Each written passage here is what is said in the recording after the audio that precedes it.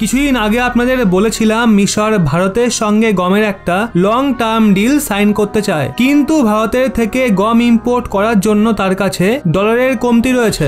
একদম ঠিক শুনেছেন আপনি, মিশরের কাছে গমের পেমেন্ট করার জন্য পয়সা নেই, কিন্তু তাও সে তুর্কির থেকে ভারতের গমের শিপমেন্ট নিতে অস্বীকার করেছিল। আর নূপুর শর্মা ম্যাডামের বয়ানের জন্য ভারতের যে আলোচনা করে সেটা তো আলাদা ব্যাপার। মিশর যে 65% গম বিদেশ থেকে কেনে তার 85% গম রাশিয়া ও ইউক্রেনের থেকে কেনা হতো, কিন্তু ইউক্রেনের গম বিক্রি করার মতো অবস্থায় নেই, আর রাশিয়া স্যাংশনের কারণে গম এক্সপোর্ট করতে পারছে না, যেই কারণে এখন মিশরকে ভারতের থেকে গম কিনতে হচ্ছে। গম তো মিশর ভারতের থেকে কিনছে, কিন্তু তাতেও মিশরের অনেক সমস্যা আসছে। রাশিয়া বা ইউক্রেনের থেকে গম কেনার জন্য মিশর যে ট্রান্সপোর্টেশন এবং ইন্স্যুরেন্স কস্ট পে করত, কিন্তু ভারতের থেকে গম কেনার জন্য মিশরকে তার প্রায় 3 গুণ বেশি দাম দিতে হয়। ব্ল্যাক সিতে অবস্থিত ইউক্রেন রাশিয়ার বন্দরের তুলনায় ভারত ও মিশরের মাঝে অনেকটা দূরত্ব রয়েছে। দ্বিতীয় সমস্যা মিশরের জন্য এটা ছিল, ইন্টারন্যাশনাল মার্কেটে গমের মূল্য এই সময় গড়ের থেকেও ডবলে চলছে, যার জন্য গত বছরের তুলনায় এই বছর মিশরকে গমের জন্য অনেক বিলিয়ন ডলার খরচ করতে হচ্ছে।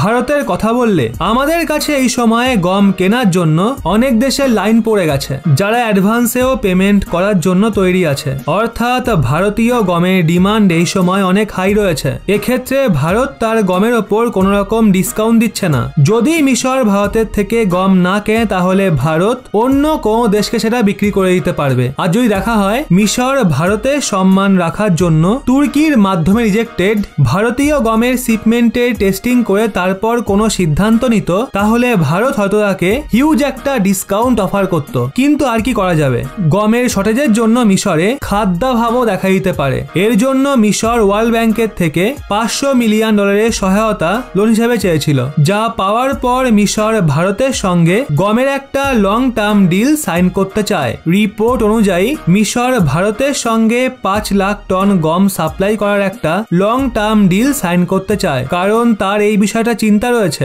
যদি কাল ভারতে শর্টেজ দেখা দেয়, সেই কারণে যদি ভারত সরকার যে বর্তমানে হাতে গোনা কয়েকটা দেশকে গমের ছোটখাটো এক্সপোর্ট করছে, যদি কাল সেটা বন্ধ করে দেয়, তাহলে মিশরের জন্য একটা বড় সমস্যা হয়ে দাঁড়াবে। কিন্তু ভাবনার বিষয় এটাও যে ওয়ার্ল্ড ব্যাংক মিশরকে $500 মিলিয়ন লোন দিতে অনেক দেরি করছে, সপ্তাহের পর সপ্তাহ চলে যাচ্ছে।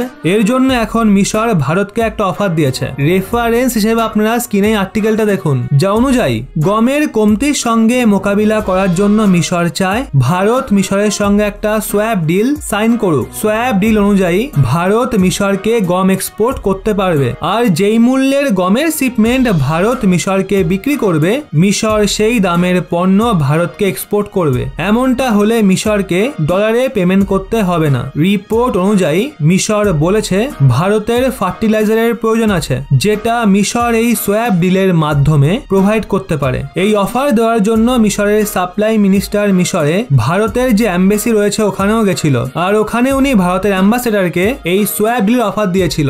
রিপোর্ট অনুযায়ী মিশর এই অফার ভারতকে কিছু সপ্তাহ আগে ওই সময় দিয়েছিল যখন নূপুর শর্মা ম্যাডামের বয়ানের কারণে বিবাদ শুরুও হয়নি। সেই সঙ্গে মিশর তুর্কি দ্বারা রিজেক্টেড ভারতীয় গম নিতে অস্বীকার করেছিল। সেই ঘটনাও মিশরের সাপ্লাই মিনিস্টারের সোয়াপ ডিলের রিকোয়েস্টের পরেই হয়েছিল।